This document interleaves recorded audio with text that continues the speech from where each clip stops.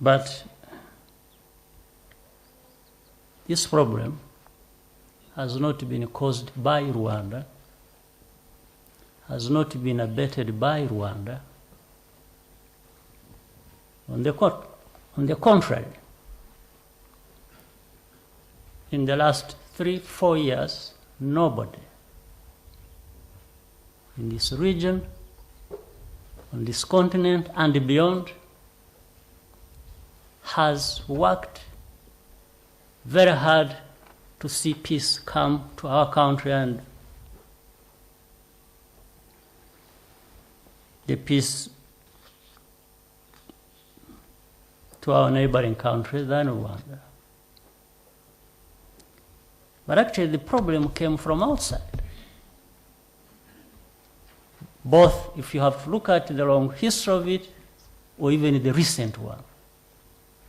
This recent history, this recent problem that you see here was created by the international community, our partners.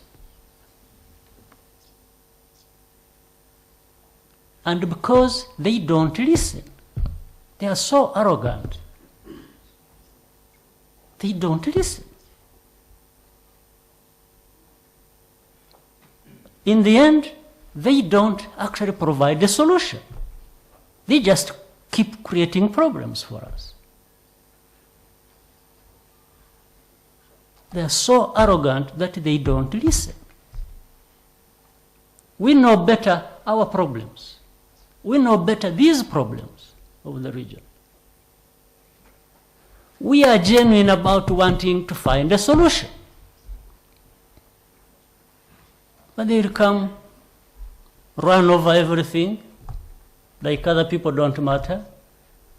Then when things explode, well, they'll come around and blame you for it, even if they are the ones who caused the problem.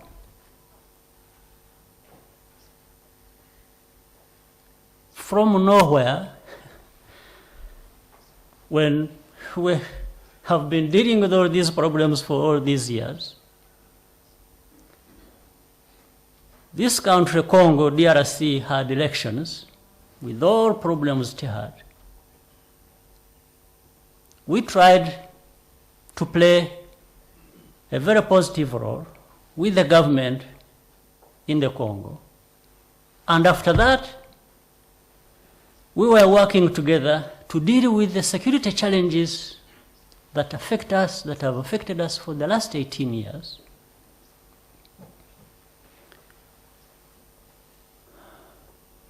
We worked with them to contribute to the challenges they had in their own country, some of them. There are others we couldn't be helpful about. And then some people are not happy about that, I think. They come up with ideas of having people they want to arrest in the Congo for justice, for accountability, which is good. If only it wasn't selective. If you really want to hold people accountable, then you hold people accountable. And they came to us and were saying, you know what? We want to arrest some people in the Congo. We want you to be helpful to arrest people. We said, if you want to arrest people in the Congo, international community, you can't do anything. You don't need us. You want to arrest people? Go ahead and arrest them. Why do you even come to us? They said, no, we want you to help the government of DRC to arrest so and so. And he said, yeah, but how does that become our problem? Why don't you go and help them to arrest the people you want to arrest for ICC, this International Criminal Court, which has been so highly politicized that it has lost meaning. And we said, for whatever reason, you don't even need to explain to us. Go ahead and do whatever you want to do, but don't involve us We don't want it. We don't want to be involved. We don't even understand what you are doing. They said, no, you must. Now, actually, the pressure turned from the country where they wanted to arrest people, they turned to us. This was before this conflict, by the way. When I'm saying this, it's before this conflict. I'm only giving you the origin of it, how it doesn't even involve Rwanda. Even though at the end of it, you've seen all the accusations. I'm sure maybe by the end of the day, we are going to be accused of holding a meeting in Nyakinama, plotting to do something in the Congo.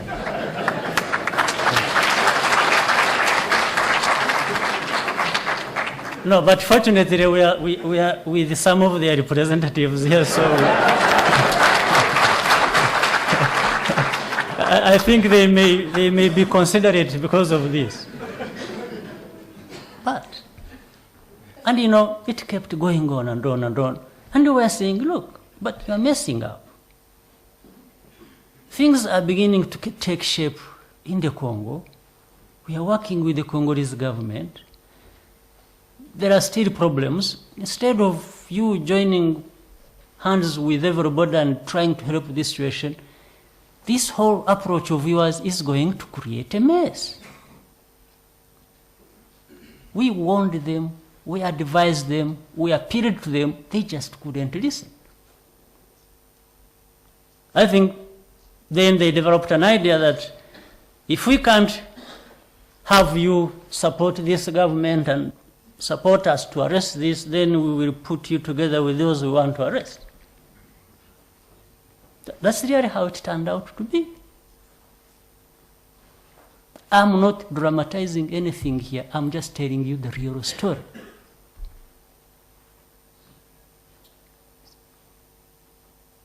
And then we even tried to be helpful. I was the first person, when we learned what was going on and how it was being messed up, I called the president of the Congo. I picked a phone and called him. I said, you know what? There is something coming up. I don't understand it. Are you aware of it? Are you behind it with these others here? Aren't you creating problems for yourself? And he said, no, actually, no, for me, yes, they have come to me, they have told me this, but no, for me, my approach is different. I want to arrest this fellow for his indiscipline, but I'm not handing him over to ICC. This is a conversation. I'm just revealing some secrets to you. I said, oh, but I hope you are going to be able to contain this problem we are seeing on the ground. I told him the details of what we had from our intelligence. And he said, what do we do? I said, why don't we have our people meet and discuss this and find a good way of managing it? To which he agreed, and we had a meeting in Rubavu, this former Gisenyi place. These officials of ours had the whole day, whole night discussing this issue.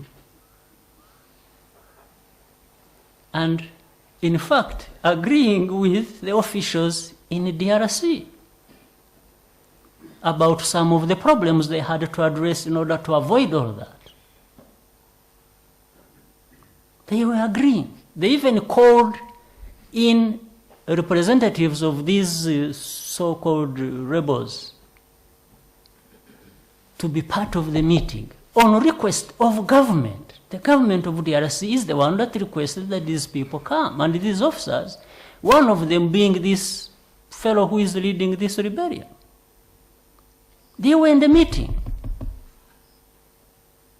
They explained their grievances, and the government representatives of Congo were taking note and saying, yeah, we are aware of some of these things. Actually, they tried to say, as we go back, we will address them. That's what they said. When they left and went back, they just did the opposite. And we heard the fighting was going on. Because they went ahead and wanted to arrest some people. People whom they had been discussing with. And the whole thing was spinning out of control. Again, I called this leader of Congo and talked to him. Now, when things continued getting out of, the only thing that came out was now UN, the whole world, every country that these powerful countries, then the Congo, Rwanda is helping the rebels. Helping them with what? And for what reason? They say, they become vague and say, supplies. Supplies of what? Guns? These fellows are picking guns from their own armories.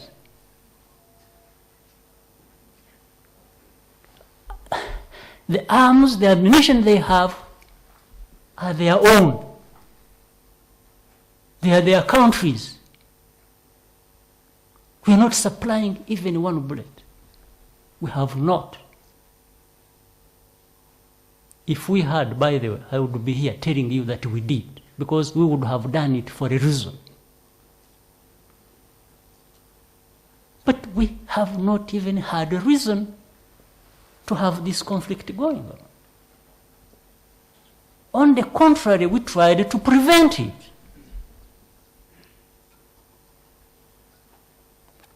And we advised both the Congolese government and this international community that never listens. We advised them.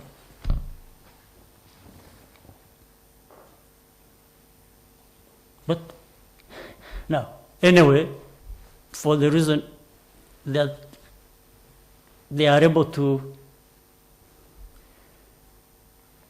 put the mess they have caused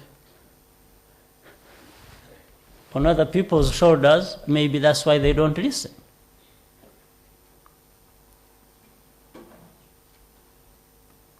They don't listen. They don't listen like they never listened when genocide took place here in Rwanda. In fact, this ICTR they put in place to try people over genocide should have tried some members of the international community instead.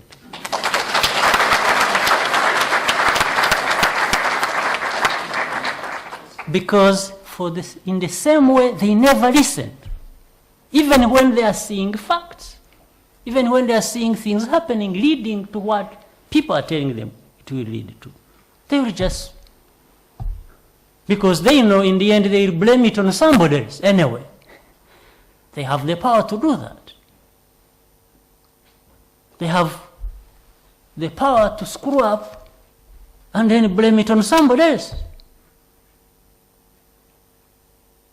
That's what goes on every year, every decade.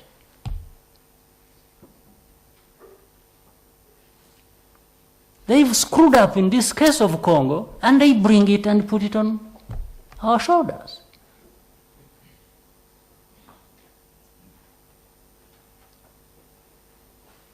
Well, you are aware, I think somebody alluded to it. Well, I was seeing some $200,000, some military aid withheld because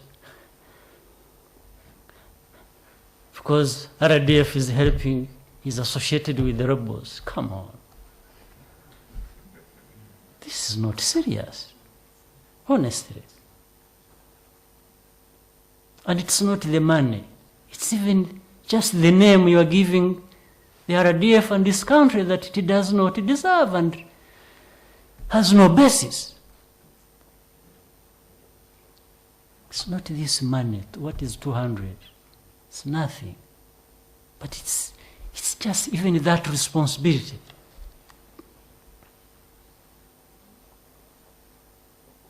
And then you have these organizations running around.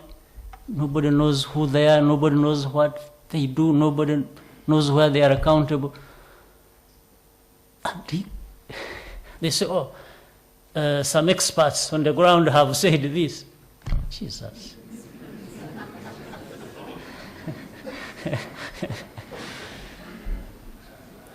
If the world has these kinds of experts,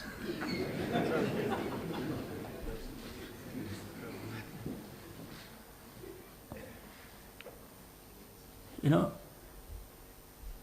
on whose account of their report people are going to be blamed and penalized and abused, and then